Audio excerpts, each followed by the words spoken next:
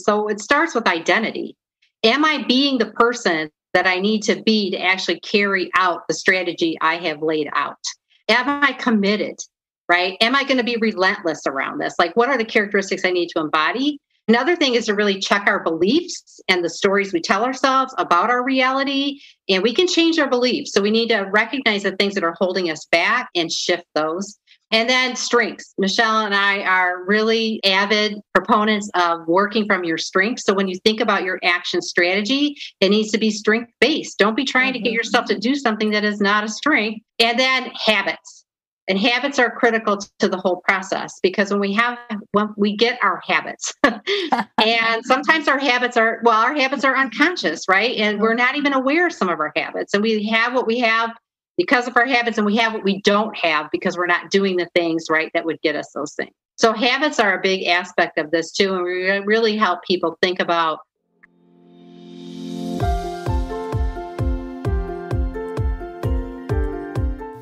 Hey there, my friend. Welcome to the Powerful and Passionate Healthcare Professionals podcast. I'm your host, Sabrina. I am a cardiothoracic surgery PA with a background in public health and neuroscience. I'm also your peak performance coach. I had to say no to working extreme long hours where I was always on call and feeling exhausted, underappreciated, and undervalued, and said heck yes to a life and career that elevates my energy and passion without compromising my health and sanity. Now, I'm among the mission to support ambitious healthcare professional like you with a demanding career to become a confident leader who are living purposefully and fulfilled to truly be both a powerhouse in your career and a passionate person in life. Let's start our journey today.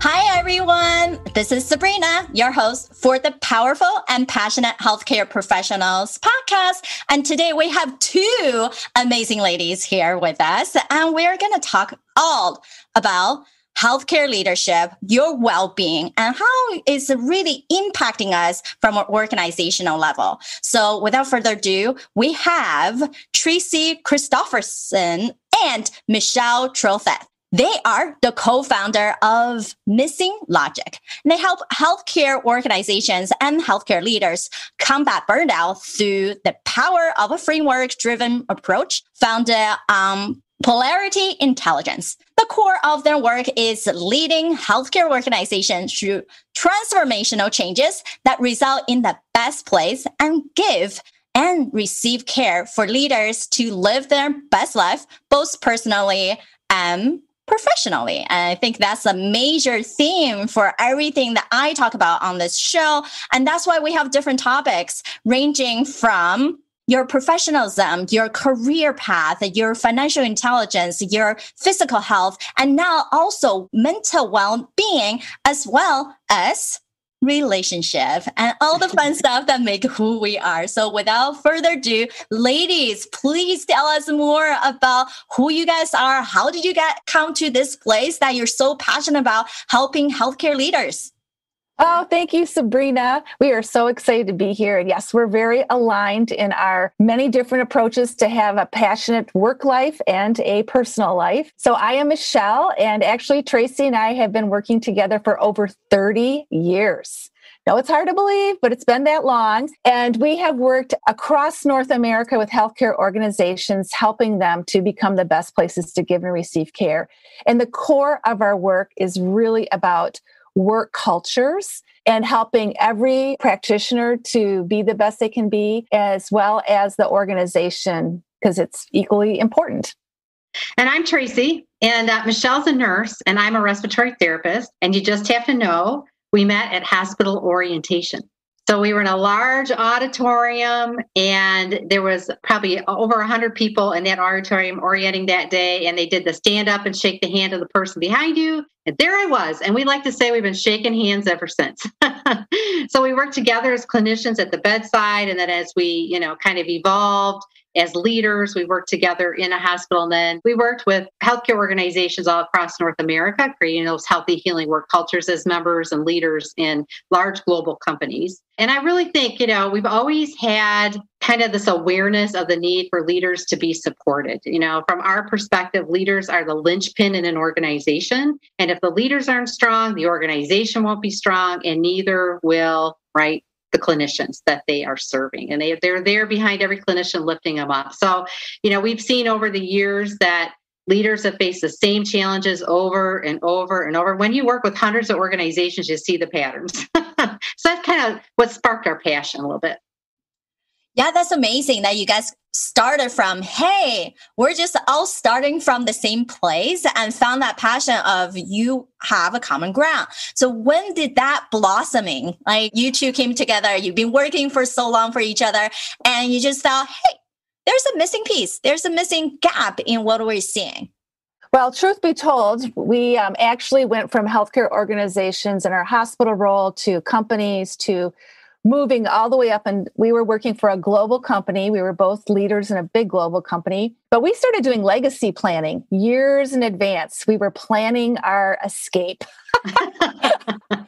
And really, it slowly, Sabrina, over time, it became clear we had something in us that we had to share with the world. And that's really where Missing Logic came from. In 2018, we made the leap, and we knew there were core things we had learned over these 30 years that we had the unique ability to share with leaders across the world. So that's how it all started. And it's just starting to get very exciting right now. Yeah, which is amazing. I know you guys are so much into leadership wellness, burnout prevention. And what do you really think is the true problem here? Well, I think leaders are facing the same thing that the clinicians are facing right now, right? I think we're just not seeing or hearing as much about it. So I think they are facing the never-ending chaos and change that's happening right now, right? All of the facts of the pandemic. I mean, if you think about it, the focus has been on clinicians, and rightfully so. They've been carrying a large part of that burden, but behind each of them are the leaders that have had to manage communication, care for their teams, right? Address challenges with operations and all those types. And they also were burnt out before the pandemic started. And so I think that's been a big part of it. What Michelle and I recognized at the beginning of the pandemic was that the focus was on the clinicians, and the leaders weren't getting support that they needed. And if the clinicians were going to become strong and develop balanced lives and really live thriving lives, then the leaders had to lead the way, be the role model, and they didn't have the support. And that's why we kind of turned our attention to them, knowing there were many people paying attention to the clinicians. So we wanted both of them to be strong. Which is so right on topic, is that we have been talking about burnout for so long. We know the statistics that have been showing in healthcare is 200% fall higher than the average American. But what does that truly mean? It's not just the clinicians, the nurses, the therapists, but actually higher up. And some of us who are clinicians have moved outside our clinical role and becoming leader. Now we have to really switch off the task of being a technician. Well, I just know what I'm doing and to solve this problem. But when you start advancing into higher level, I'm sure you guys can elaborate this more. You become not only a manager, but true leader and thought processor who is able to diagnose and trying to solve this problem that's on the bigger scale. So of course, the weight and the burden of everything that you do become even more magnified. Yeah. One of the things that we realized early on is there's a missing component. There's a missing logic about being a problem solver as a leader. And we've all been trained to be excellent problem solvers, even as clinicians, right? Patients come to us because they have a problem and we solve the problem. And that's our strength. But there are underneath the problems, and even underneath the problem of burnout, is what we call polarities. And that's the missing logic in healthcare, is to know how to manage polarities and differentiate between a polarity that has to be managed and a problem that can be solved. Because polarities can't be solved, they have to be managed. And that's where polarity intelligence comes in, and it's part of the frameworks that we've built in to our work with organizations and individuals. Now, A polarity is really an interdependent pair of values. Both are equally important, although they appear to be competitive. They're both necessary to get to that greater purpose, that higher being that we want, right? So the best example, right, is work and home. So clinicians, leaders, they all face this tension between work and home, and they're constantly trying to solve the problem of managing being both a leader at work and a leader in their home, right? And being fully present at home. And then when they treat it like a problem, they're destined to fail. And what they need to do is recognize that it's a polarity and that you need to manage both, and that you can put together a strategy that will help you to be able to do that and to continually grow and grow and grow until you get to be a thriving leader, right? That has everything they want at home and they're leading like they want to at work.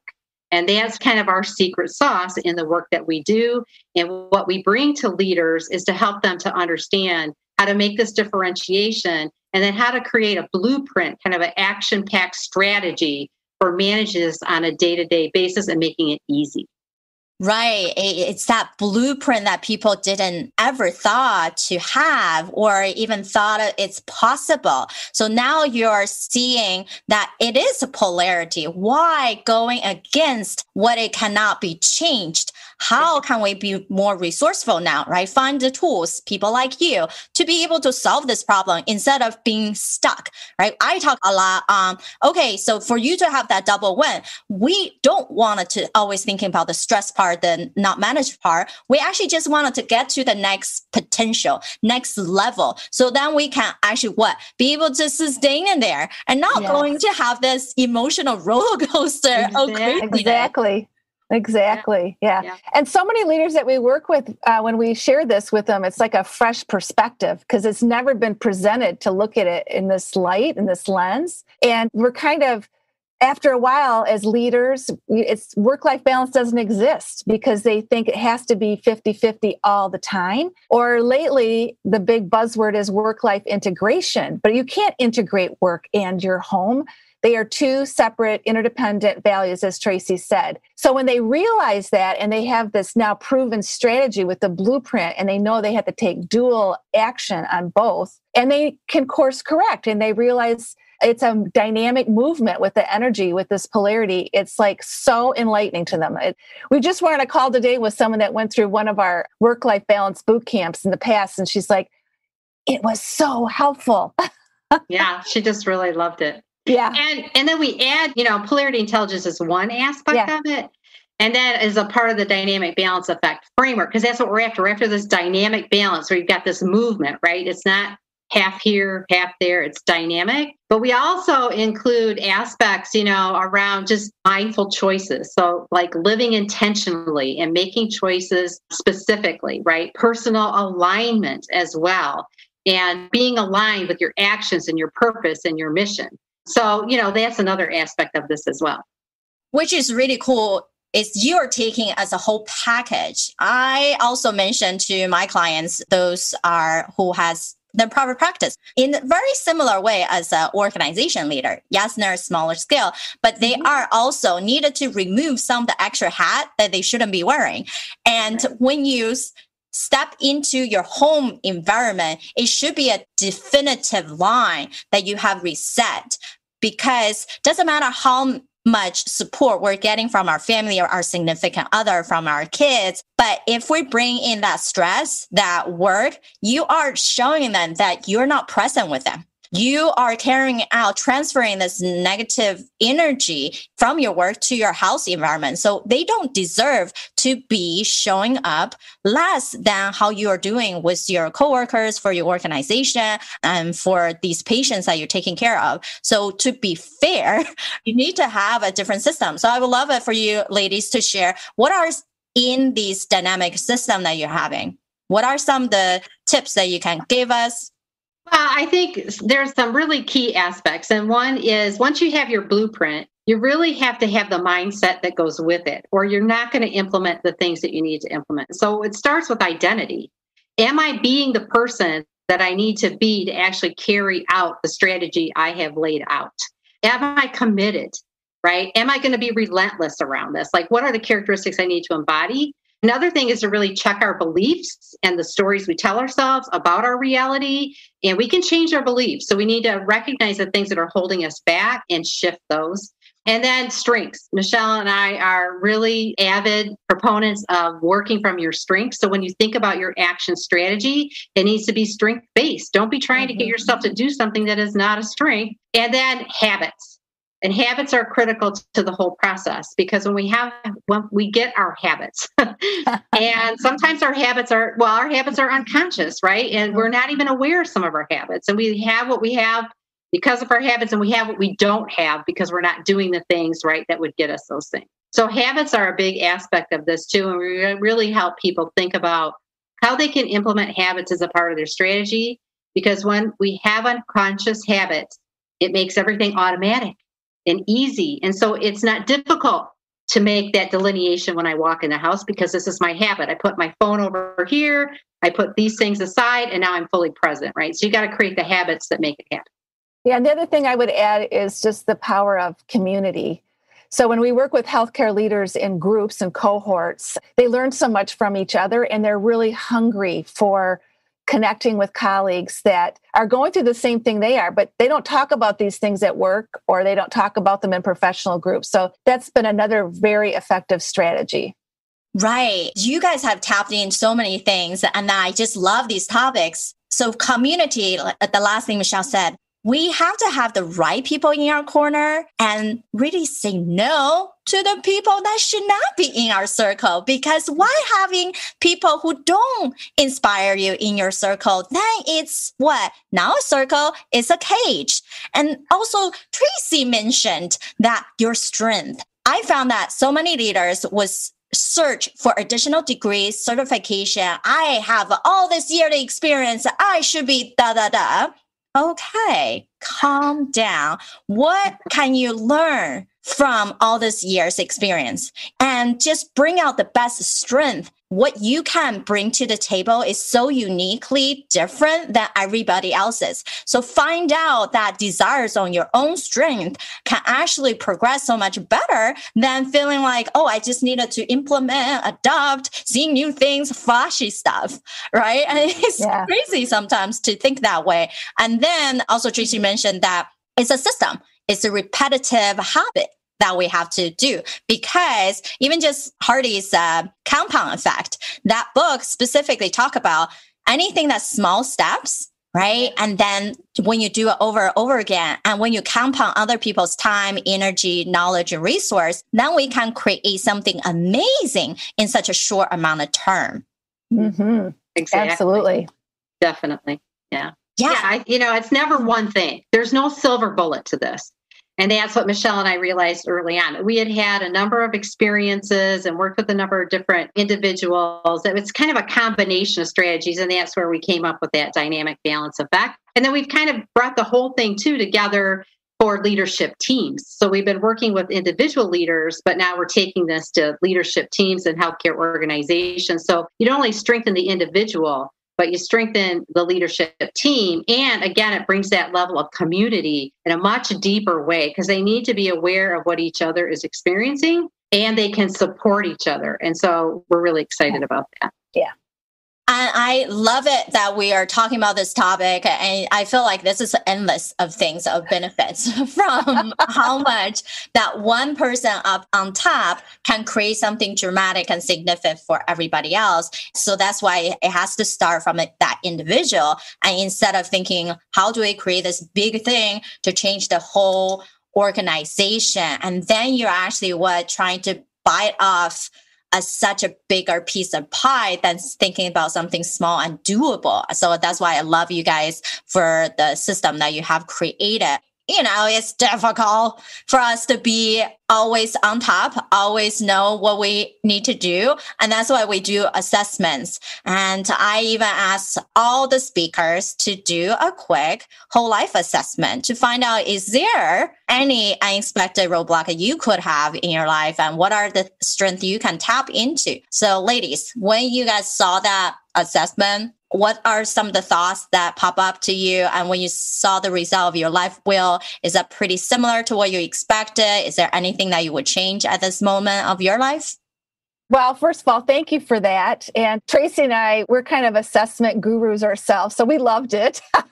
Because we think it's so important. First, you have to know reality. And I really like the questions on your assessment process. I wasn't surprised by where I ended up. Probably my lowest score was financial intelligence. And the reason that is because Tracy runs the operations. I've never been an operations girl.